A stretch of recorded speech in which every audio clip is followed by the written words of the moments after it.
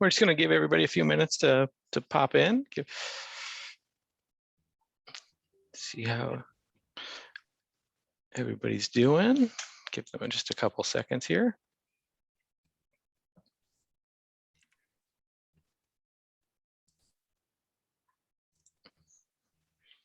Nicole, if you have any indicator on when's a good time to get rolling, let me know. Yeah, I think just at like 2:01 is good, just so people can filter in. Great.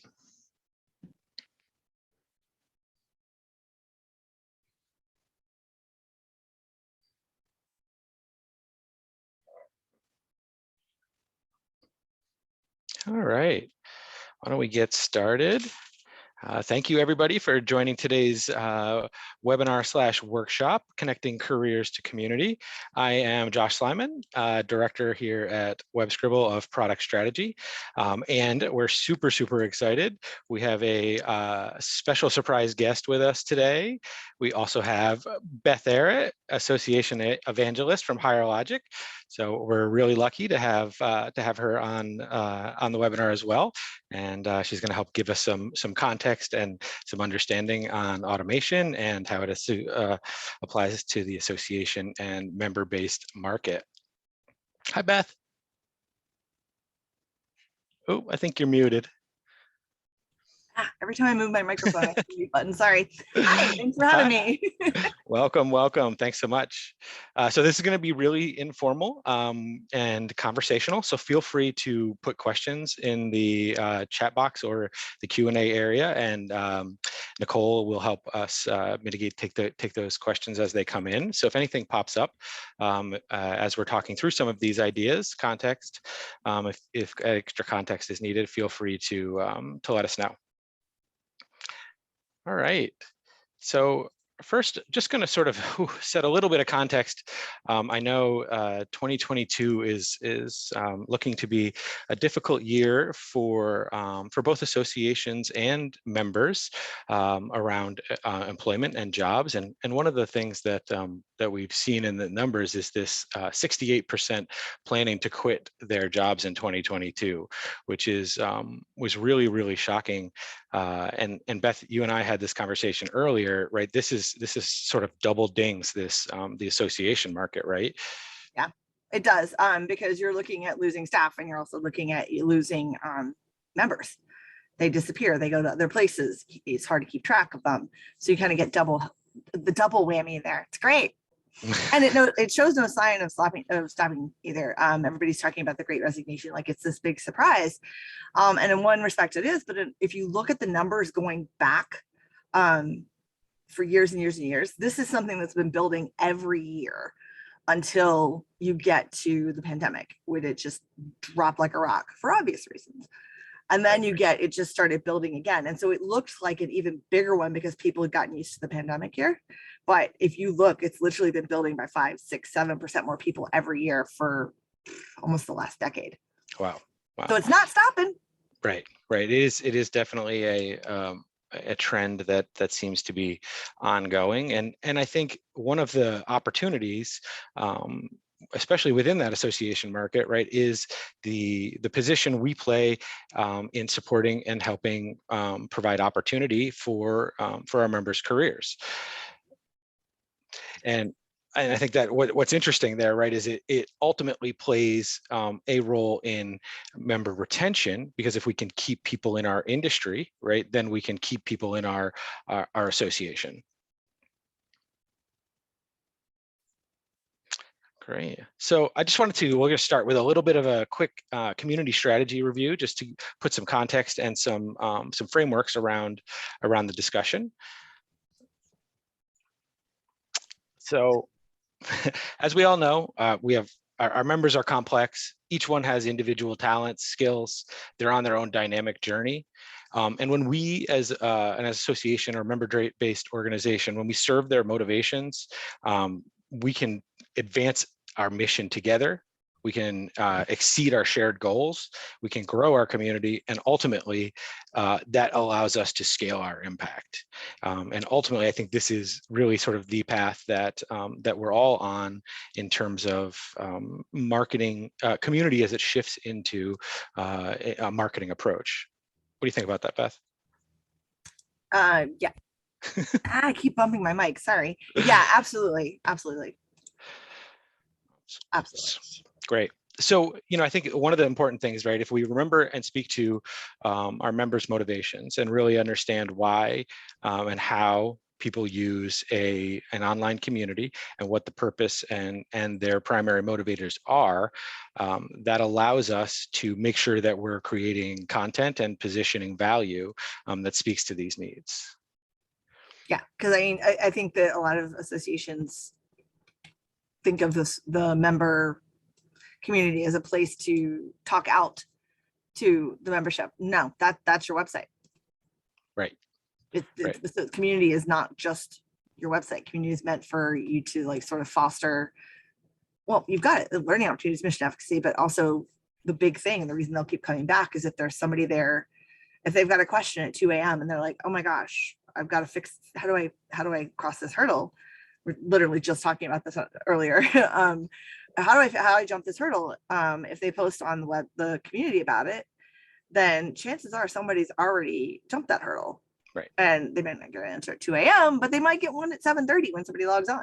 Right. So Absolutely. yeah, whereas without it, you might get an email from a member saying, has anybody else got this? Do you know anyone? And then you're like asking around going, does anybody know anyone who's done this? And maybe they do, maybe they don't. So exactly. Yeah, no, absolutely. So I think the next piece of that, right, if we got that motivation piece and sort of understanding what it is that members are trying to do within our digital ecoscape, the next piece is how people participate, how our members participate within the community.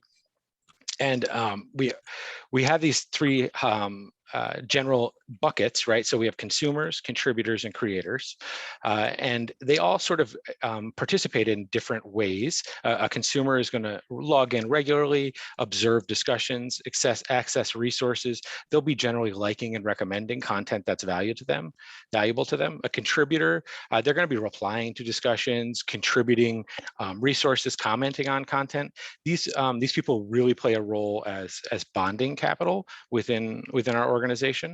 And then we have that creator persona who's going to start discussions, create fresh content, share expertise, and these people really help us bridge concepts and groups across the organization. But I think the important point here is that ultimately everybody is all three. I may be coming into the community today to learn something, to consume materials, but I'm also an expert in something else. And so tomorrow I may be logging in with the ability to share content as an expert or a creator versus a consumer. I think a lot of people are primarily one of those, but on any given day or any given subject, they switch around. Right. Well, and it goes back to that motivation, right? Because if today I happen to be motivated by sharing my skills and expertise, I can hop in and answer question, provide resources or context to an ongoing discussion around my expertise. But tomorrow I may be the one with the question, or I may be the one actively looking to consume materials in order to get to the next step where I can contribute or create. Yeah, and I think there's a lot of people who also too get stuck at the consumer level because they're nervous about posting or like, well, I don't have information about this house, and like getting them to make that first post and get a response to it, which is equally important, is the hurdle. And then apparently I'm all about hurdle. I don't know if I was watching like track and field in my dreams last night or something, but so yeah, I think getting them to cross that hurdle of the first post that then also gets a response makes them more comfortable with posting. So sometimes that just happens to be a subject that they're actually passionate on or that they know a lot about, or that question they need answered. Right. So that kind of encouragement is so important, and it's hard to do because a lot of it just really needs to be done organically, which is why you really need those creators to not just start discussion, but to actually engage with anyone else who does. Right, absolutely. And I think that actually leads nicely into the next sort of framework that we want to touch on quickly, which is how do we define that community value, and make sure that that it's there to motivate, to speak to serve our members. And I think very much we spend quite a bit of time and attention on this first column, right? Content, and I think that is a primary value source within community. We want it to be targeted to our membership. We want it to be dynamic, meaning there's new and fresh content coming in on a regular basis. We want it to be searchable and tiered, and you'll see throughout all of these, we want it to offer opportunity to our members. But I think sometimes we tend to forget about these other three columns. And I think, Beth, it speaks to what you were saying about how do we create a level of comfort, and how do we make sure that people are looking to and willing to participate. And I think part of that is speaking to the emotional connectors around mission and purpose, and making that personal, and allowing people to be comfortable and have an environment where there's some safety and some common goals. I think customization of like what they see, putting stuff in front of them that they're likely to be interested in, also helps in that. Yeah, absolutely. If you've got a system that lets you say, oh, okay, this person is interested in X, Y, and Z. Okay, so I'm going to make sure that when they first log in, that's going to be the things that they see the most. I used to fight like crazy against the algorithms that, like, first it was Facebook and then it was Twitter, where like you don't see everything new, you just see stuff that they think is of interest to you. But I understand it now. I understand why it makes sense. I think that people should have an option, but I understand why it makes sense, because if you're just going in for a quick glimpse, you're hoping to see the things that, are most applicable to you right there at the top. Right. Well, and I think that brings in another point, right? If we start talking about these other pieces, access and impact, then we have the ability to sort of that value doesn't necessarily have to be based around a content or a resource, right? If I have access within community to association leaders, to industry experts, to other members, and of course to opportunity, and to your earlier point about community not being just a point to push out information to our membership, making it a closed loop feedback opportunity where members can tell us and speak back to us as to what their needs are and what their current situation is. Well, that brings up one other fine line about responses. It's making sure that somebody gets a response when they post, but at the same time, if staff jump in to respond too quickly, then you're stifling a little bit the back and forth. There's a fine line, and it varies from community to community on when you should jump in and give the answer. It's almost like when you're asking questions or asking 4 questions at the end of a session, and you stop and you wait.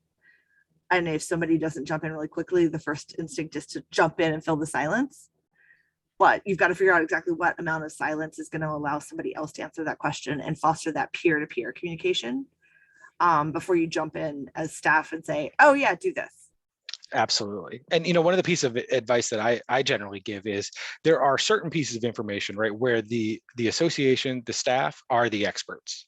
Right. And that's the conversations and the questions that they should hop in on relatively quickly. However, the bulk of the answers and the expertise is within the membership. And so if this is something that falls outside of the day-to-day responsibility of the organization, then let's give the members a chance to address that question. And so I participate a lot on ASC's Collaborate, and even though there might be something that I'm not sure of the answer to, if I see that somebody posted it like a day or two ago and they haven't gotten a response, sometimes I'll be like, oh, well, I know a couple people who have that. So I'll literally go in and say, I'm not really sure, but I think this person has done this before. And I also think this person might know too. So I'm tagging them in here in case they have information. So if, encouraging people, it took me a little while to get to the point, believe it or not, I could be shy sometimes. And it took me a little while to get to the point where I was comfortable just going in and tagging other people. Sure. to And get somebody an answer. to the earlier slide, right? You're bridging capital, right? Yeah. You have the ability to know enough about the organization to tag people who would have that expertise Mhm. and to bridge that information. So I think that's an important point, and it speaks to the last column here, which is impact, right? Like if we're going to spend a year together and around a shared mission and an execution, do I know what we accomplished together? Are we communicating our successes in a transparent way? Are we amplifying the successes of our members in a way that's supportive and, of course, opens up additional opportunity? Awesome. Thanks, Beth. So the way that I leverage this framework essentially is to give us a way to see content and execution that will provide a level of value across the scope of the way people are using the site. So as a consumer, do I have advocacy opportunity? As a contributor, can I share my skills? If I'm a creator, how and where do I learn within the community? And so just to give a little bit of context and show how this sort of fills itself out, what we're doing here is looking for the different places we have value and how we can deliver them across the community and to the widest degree of efficiency. So you can start to see a few of the things that are bolded, right? These are speaking across the membership, across the scope of participation styles and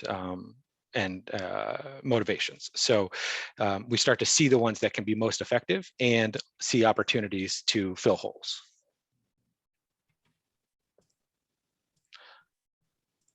All right, so quick overview on community strategy. Just wanted to bring in that context on how and why people use these online communities, so that we can then start to talk a little bit about how we use WebScribble and online community or HireLogic together in order to really sort of drive the goals and needs of our members. Beth, I think there's a great opportunity, right, within the current social movement to really bring in this new level of protection and promotion for individual career and talent as an association benefit, right? The ability to activate and move that shared mission out into the workplace.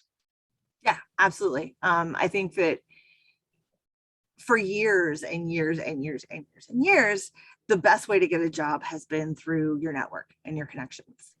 And what this does is just expand on that. It allows you to provide that for all of the connections inside of an association.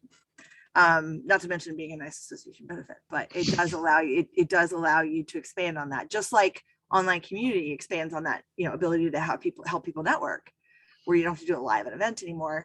It's no longer just by knowing someone do you find out that a job is available. And it's that same connection within your community, you find out that there are jobs available. And the nice thing about it is when you have this in a community itself, the people who might know somebody at that organization are probably right there in the community. Right. And right. You can immediately just be like, does anybody know anybody at this job? And then just put the link in. So I think it's a huge help. Absolutely. Benefit, whatever you want to call it. Yeah, no, absolutely. All right, let's talk a little bit about HireLogic and WebScribble and how and where we want to think about this ecoscape together.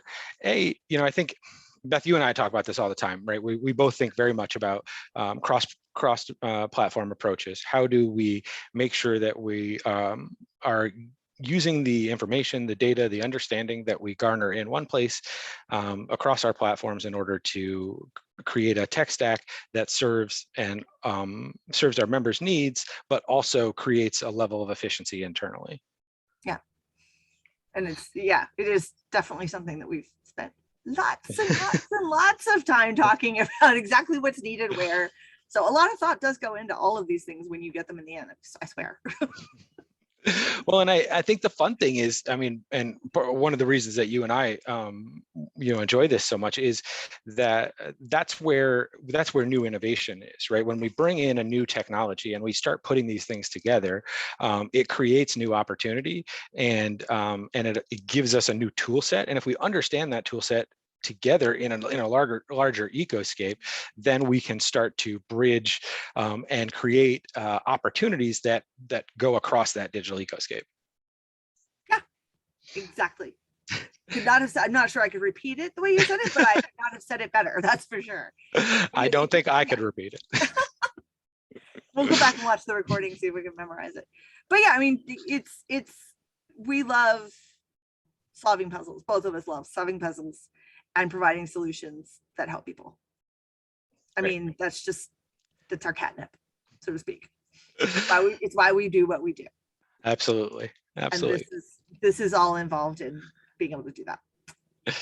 So there's sort of four big buckets that we're looking at in these sort of cross-platform approaches, right? One is the UX. How are we making sure that members are moving comfortably between the platforms, because they are different platforms. Members are relatively comfortable with that these days. They understand that we're delivering value through a tech stack, and it's across platforms. And so the ability to use single sign-on and to smooth out the movement between those platforms is definitely beneficial. Leveraging the navigation and branding to create that consistent, smooth member transition really does support that. So when we're looking at these opportunities, right, let's make sure we're thinking about that member user experience and making it as smooth as possible. It's so funny how people have come to associate brands so much with an organization that they trusted to the point that phishing works so well, because I got it with, it had your logo at the top. Of course it's you. Whereas I've sent out emails before thinking it was clever, or that it was nice to send one out that just looked like it was from the CEO. And I got a bunch of emails back from people going, is this real? Is this really you? We didn't see your branding wasn't there. Right. Well, and that speaks to some of the benefit of the integration between online community and Informs or Real Magnet, the marketing automation engines for HireLogic, because there is a ton of opportunity to transition and use those systems to move the trust through the communication and the member path. Yep, being able to brand anything like that, we had career.aaa.org at AAAE, and it just looked like an extension of the rest of our site. We took very great care to brand it in a single sign-on, same thing, everything. It's so important, especially when you're talking about your career. Right. I mean, you're putting a lot of trust in somebody if you're putting your career in their hands. Absolutely. So another piece, and again, is sort of the strategy. Obviously, when we're thinking about these cross-platform approaches, what we want to do is sort of make sure that we have some aligned goals, right? So I was speaking with a customer this week, and one of the goals that they had identified in terms of their job center was increasing the adoption of the resume database, more uploads of resumes. So that's a great KPI that we can share with community and leverage the conversation, the discussions, some of the advertising space to help to support that goal and move some of that those individual KPIs. The other thing is, really thinking tactically, sort of understanding the features and functions, breaking them down to individual executions to start to build up to this integrated automated ecoscape, right? Any good strategy is essentially a collection of awesome tactics that executed well. So we want to make sure that we're learning from those tactics, that we're documenting, and that we're testing to make sure we can improve. I know you have a strong feeling on benchmarking for KPIs. I don't know if you want to throw that in right now. I do. I have very, very, very strong opinions well, on a lot of things, but I'm learning as I get older to pick the hills I will die on. And benchmarking is a hill I will die on, because I am a firm believer that the only person you should benchmark against is yourself. Whether that's how much you lift in the gym. Somebody that used the gym as a great analogy one day. They're like, you wouldn't go to the gym for the first time, deadlift for the first time at the gym, and then benchmark yourself against somebody who's been to the Olympics last week. Right? I mean, I thought that was a great analogy, because absolutely not benchmark your first time running 5 miles against the person who won the Boston Marathon last year. Right? It's an opportunity for continual improvement. Yes, and that's what you want. You want to see yourself improve. And that's whether it's you or whether it's your organization, you want to make sure that you're doing the right things, that you're learning from what you did, you're looking at your data, and you are actually then improving what you do so that you provide a better service for your members, and that you're putting the right information in front of them so that they are responding. And if you're going down, if your data is going down, then it's you. You don't say, oh, well, the industry as a whole is going down. Don't get me wrong, that is important to know. I don't say completely discard, oh, well, Sure. During the pandemic, oh, well, our sales were down. Clearly we did something wrong. No. Nature did something wrong. But again, that becomes a point where you need to benchmark against yourself. Right. It's context. Yeah. You do need context. You need some external information for context, but the external information you're looking at is a pandemic. It's, okay, the airport industry went way, way down in the pandemic. Yes. But at the same time, all of the requirements for regulations were still there. Everything that you had to take, all the certifications you had to get, everything that you had to do to train, everything remained the same. And the airports were mostly supported for obvious safety and security reasons, where they couldn't get rid of more than 90%. They had to keep at least 90% of their employees. They can only get rid of like 10%, even though they were running at like 10% capacity. So if we had looked at our stuff at AAA and said, wow, our sales on the ASC are going way down, it's not because they don't need ASC. They do. That requirement has not changed. The pandemic didn't affect that. So that means either we're not promoting it right, or a new player has come in. So the context, all that much context, you still need to benchmark against yourself to see if there's a problem. Does that make sense? Yep. I went little weeds there, sorry. Nope. Find my way back out of the weeds. Okay, I'm back. Cool. So, and then these last two pieces are essentially the ways that we can move information back and forth between the platforms. So we've got widgets on both the WebScribble side and the HireLogic side. We also have the ability to embed on both sides. So that is a great way for us to move HireLogic content into the WebScribble side, or into another part of your digital ecoscape, and vice versa. Bring job postings into community to leverage the dynamic, daily refreshed, interesting, emotionally motivated content that is generated around employment. And then there are my favorite things. RSS feeds. RSS feeds. RSS. I literally could talk about RSS feeds for like ages and have. And I could do presentations on them. I have multiple times, because RSS feeds are some of the most flexible and simple, easy ways to syndicate your content everywhere. I mean, right here, we're mostly talking about, okay, you can actually take your RSS feed and syndicate your jobs feed into your website. You can do it into your daily emails. I mean, most associations have a newsletter. Most associations have a jobs board, and most associations, smart ones anyway, are putting their jobs feed into their newsletter. And it's an easy way to provide content. And most of them will actually put it at the end, because it's usually the most clicked on thing. And therefore you want to make people flip through all the content before they get to the jobs, which is probably the main thing they're looking for in a lot of cases. Absolutely. And it's funny you should say that, because another interesting point, right, is that if you put career content behind a login wall, then it becomes a primary driver for repeat logins, for consumption.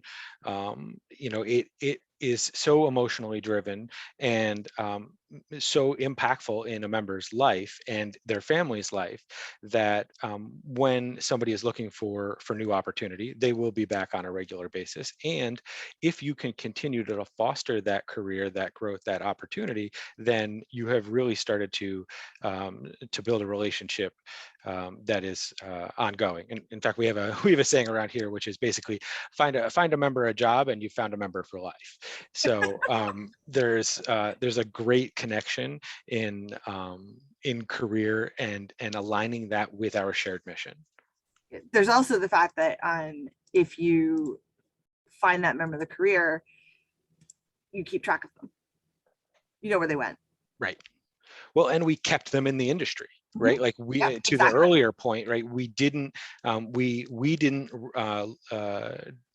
not retain a member, and the industry did not retain a double negatives, but essentially we retained Nobody a member. lost. Everyone won except for the person, except for the organization that lost the person. Everybody else won. But that organization is then going to win too, because they're going to be able to put the job out and somebody else is going to snatch it up. Right. And you bring it, people talk about switching jobs, organizations in particular talk about losing employees, like, oh God, this is terrible. All this institutional knowledge is going on. Well, you should have documentation, first of all. But second of all, constantly bringing in new ideas and new thought is that's where innovation happens. Mm-hmm. And that's good for your members. So it's not necessarily a bad thing. Right. Right. And leveraging these tools, we have the ability to account for some of that by creating processes and automations that are active and working even when somebody's transitioning roles. Right. Yeah, I feel bad. I feel like we're just talking at people. So if people have questions or want to throw stuff in the chat, please feel free. Yeah, we don't mean to just sit here and talk at you at all. It's not my usual way of doing webinars. Any questions, feel free. Always happy to. Questions, thoughts, not just questions. You have thoughts and ideas too, and you have experiences. So please share. Absolutely. And if anybody is doing anything interesting, right, with the integrations between platforms, and it doesn't have to be specific to the conversation we're having, I think we'd love to know. Oh, great. Bernadette, yeah, that's a great idea. What we'll do is we will, Beth and I will circle back with you specifically, and we'll walk you through some individual steps for executing that directly. Yes. So just wanted to talk a little bit about, hey, let's leverage the member life cycles, right, that are already in play, and or if they're not in play, then there's opportunity to create some efficiencies and to put some automations in play to really help protect members in receiving community value on a regular basis.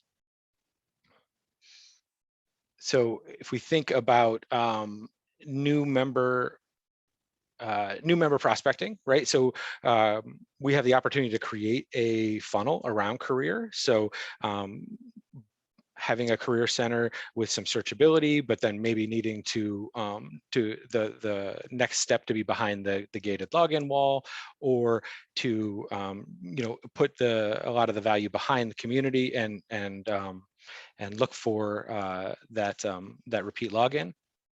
Obviously, we can add job widgets to emails, which was Bernadette's questions. So we'll give her some step-by-step on that. But basically, we can use the widgets, the email, the RSS feeds within our prospecting emails to showcase the potential value that a prospect member might receive with the organization. Yeah, and it's great. So, for example, at AAAE, on the news page, right at the bottom after the latest news items, it's the latest posts from the the hub. Sorry, wrong community. And they're open. You can see the posts. And they also put them at the bottom of they put them in the newsletter as well. You can see the posts, but when you click through, you have to log in and you have to be a member. So you can see the discussions that are going on that you're not a part of. So it's a little bit of like putting that FOMO front and center, Right. which is great. And of course, you can hide them as well from people. You can take only people who have hub login, or only people, a hub login, sorry, I keep saying that, or only people who have, who are definitely members. You can still hide that from them in both places actually, but we chose to put them out for people to see, to give them an idea of what they're missing out on. Absolutely.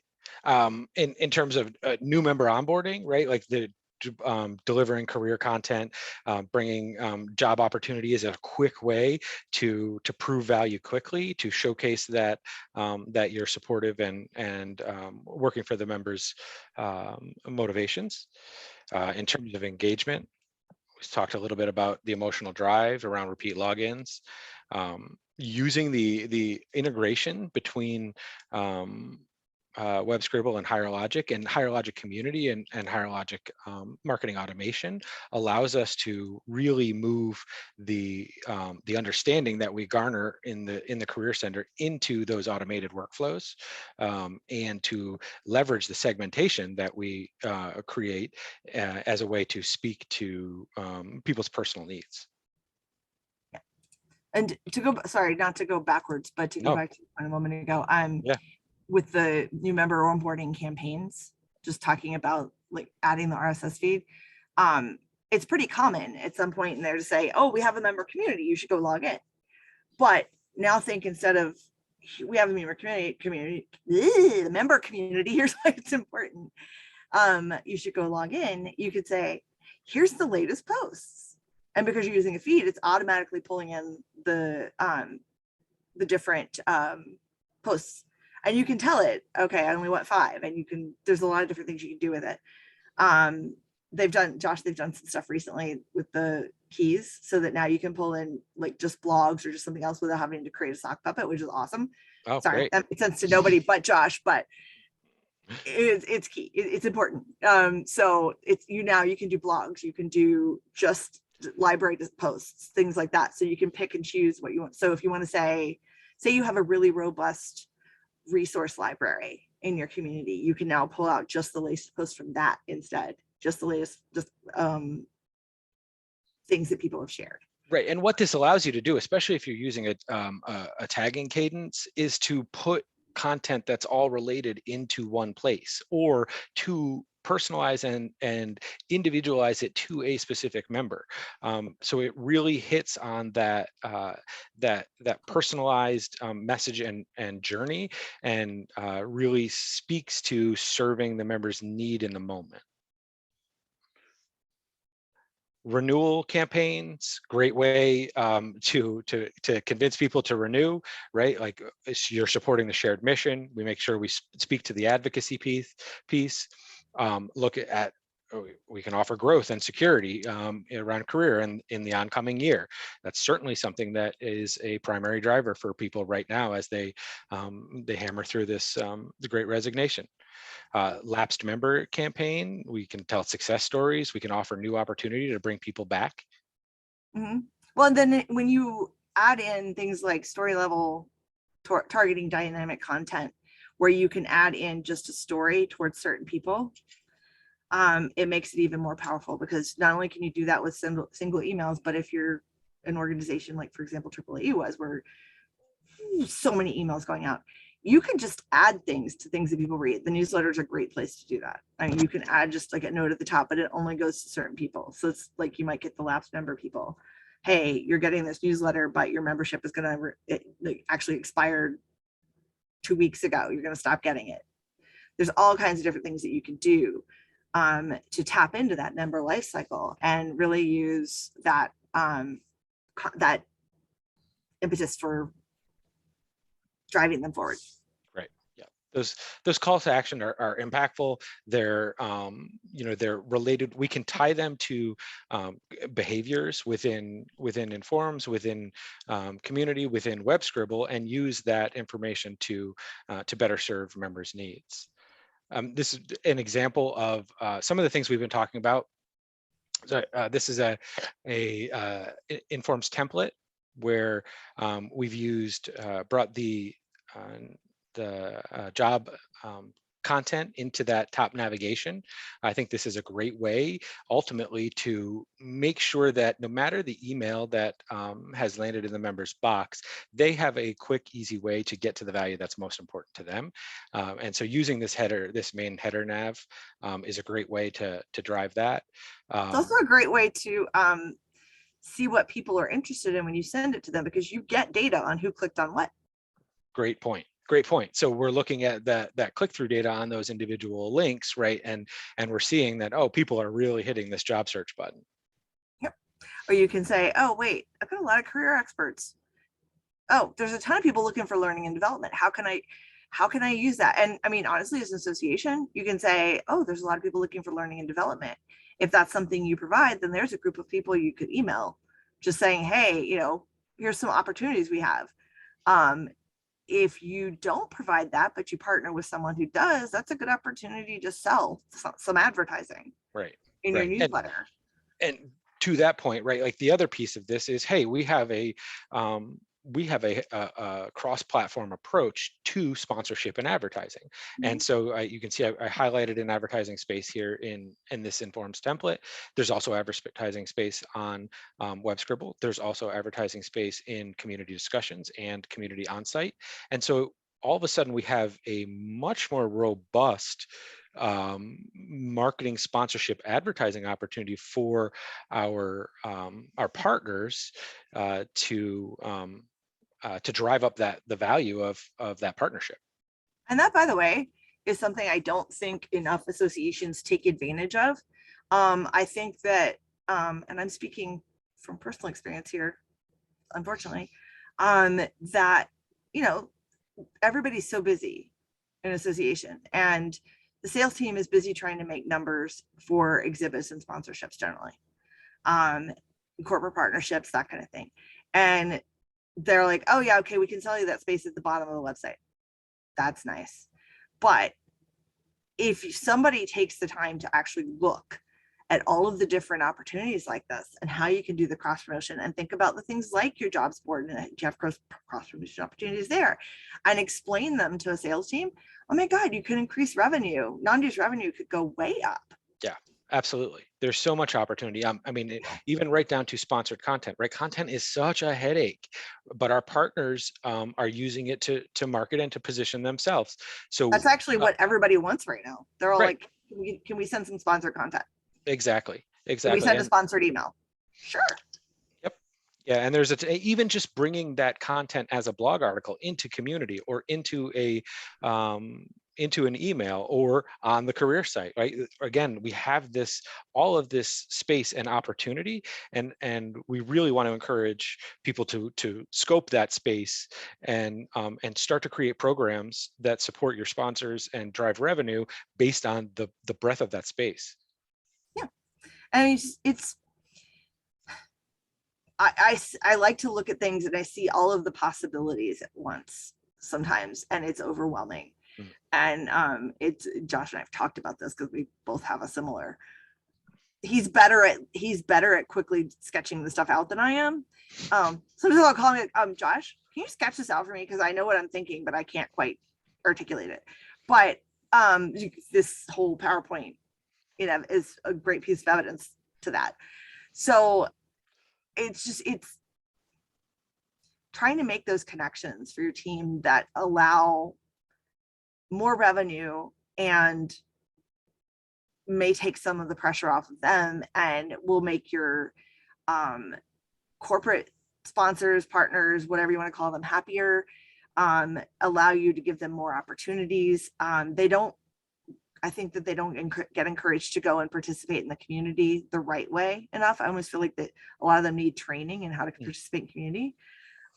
So I think that there's so much potential an opportunity within the member life cycle, both from the individual level, but also the corporate level.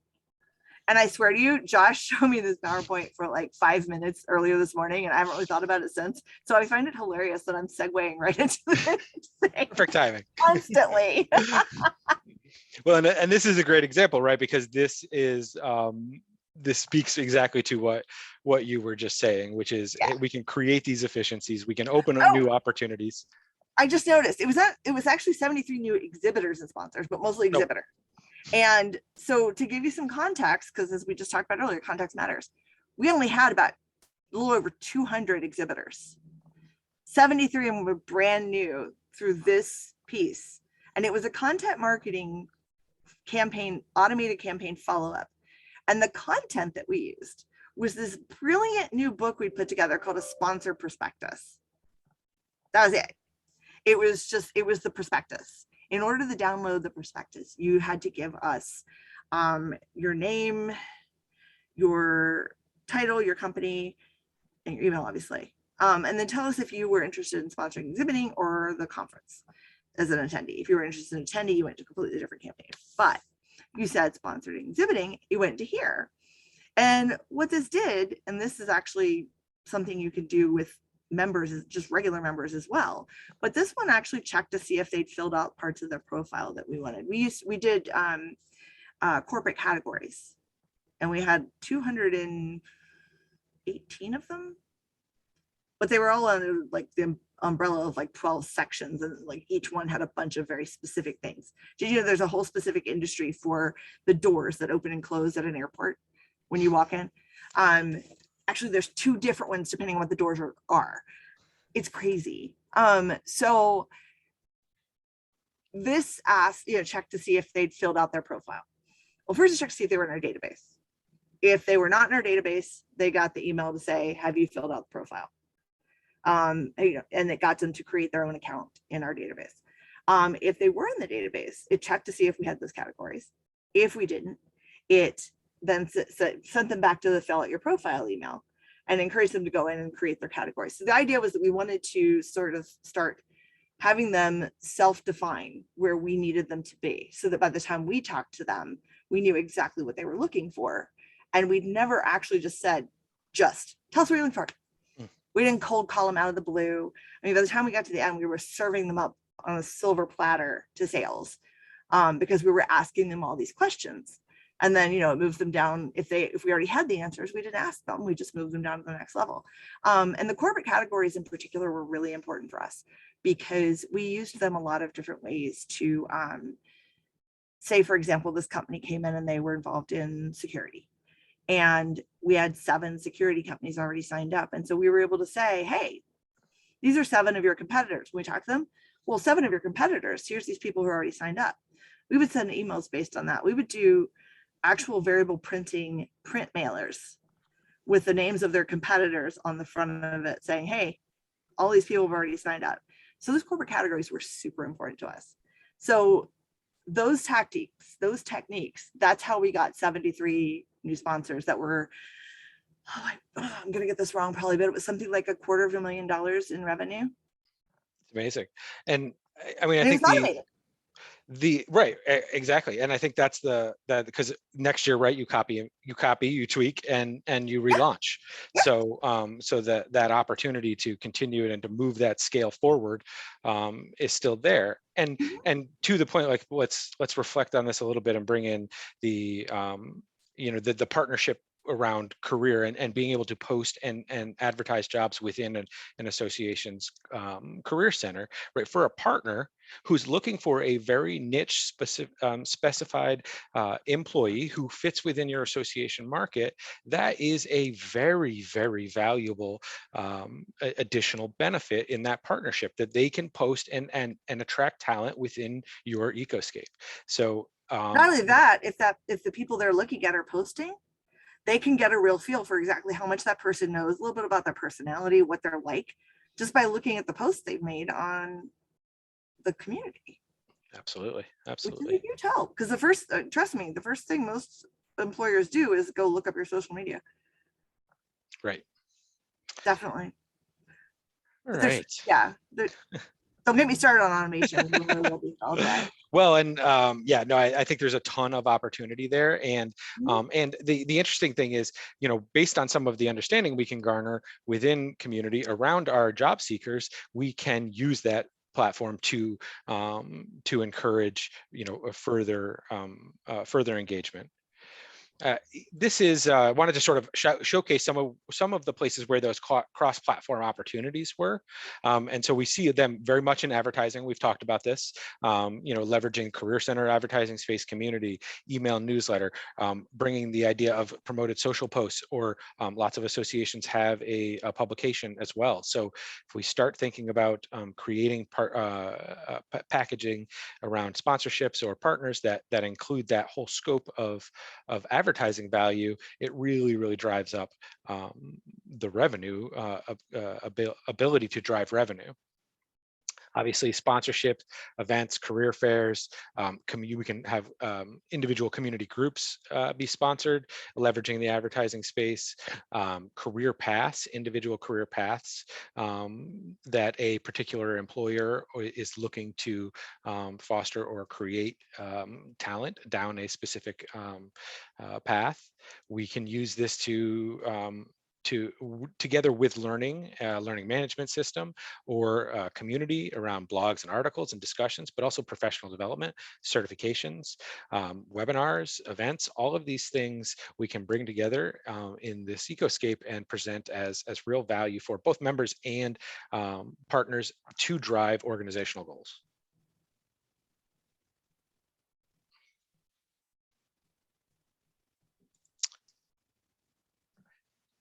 Wanted to talk, so this is sort of a little bit of showcasing some of those opportunities.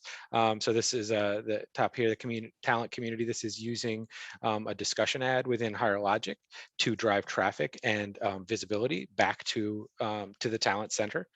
The second one is a inline search banner ad within WebScribble. So the ability to highlight and leverage partner relationships or community value, community content, and move people back in that direction.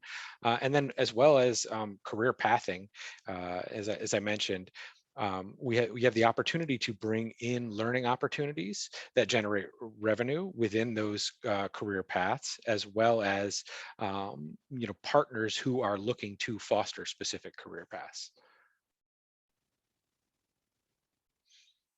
I love that, because I think that not enough people know what's available. I think I said this a minute ago, but what's available and how to take advantage of it. And this is another area that really shows the power of what you have at your fingertips. Right.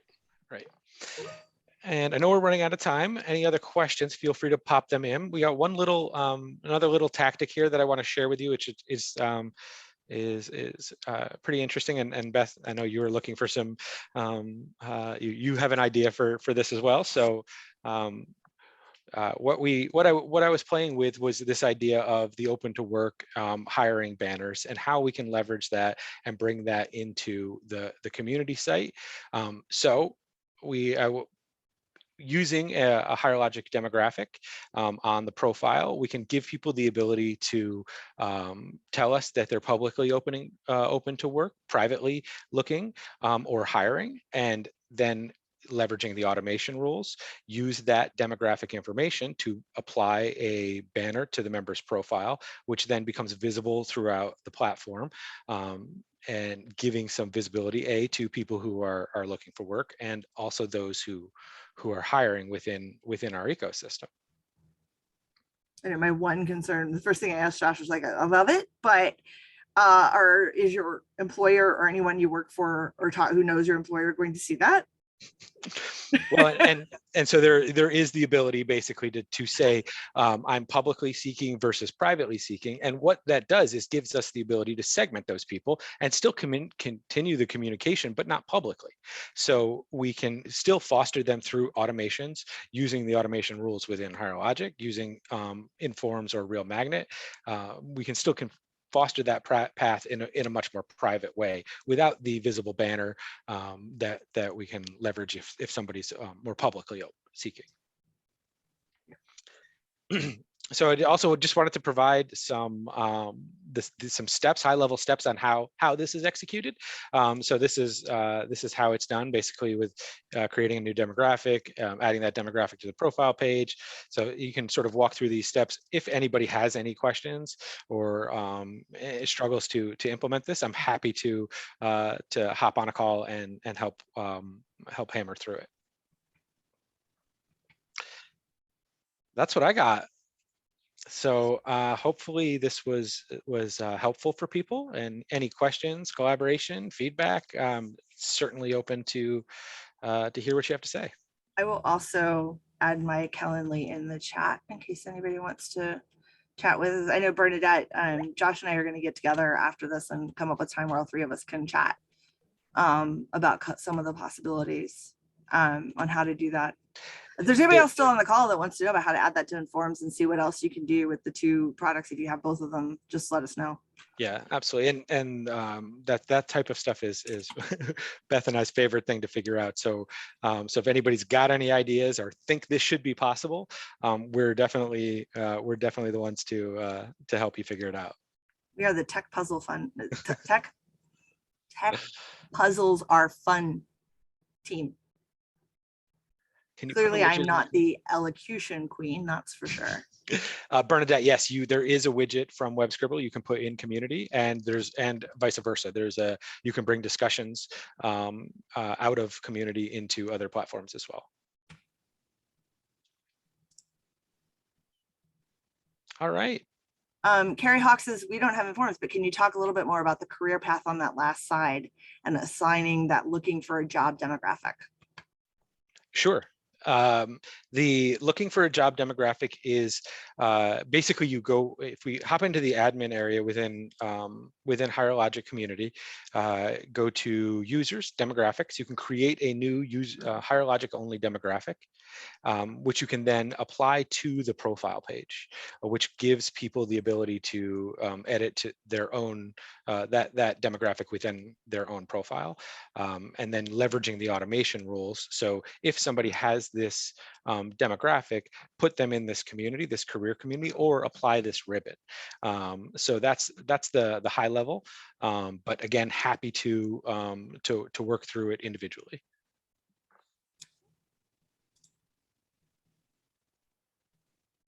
I mean, I know I've worked with Josh individually on things before, and we've talked with people. It really is great. We love sitting and talking about this stuff, and it really is great to just spend half an hour talking about what's possible. You never know what you might actually really benefit from. Absolutely. Well, hopefully this was helpful. Please let us know. We'll have a survey at the following the call. We'll make sure everybody has a recording and the slide deck, and hopefully this gives you some context and some direction on how to be a little bit more cross-platform. Okay, thanks everybody. Thanks everybody. It was great. Okay, bye. Beth, see you in a few minutes at Hug Connect. Yeah. If anybody's bored. Bye. Bye.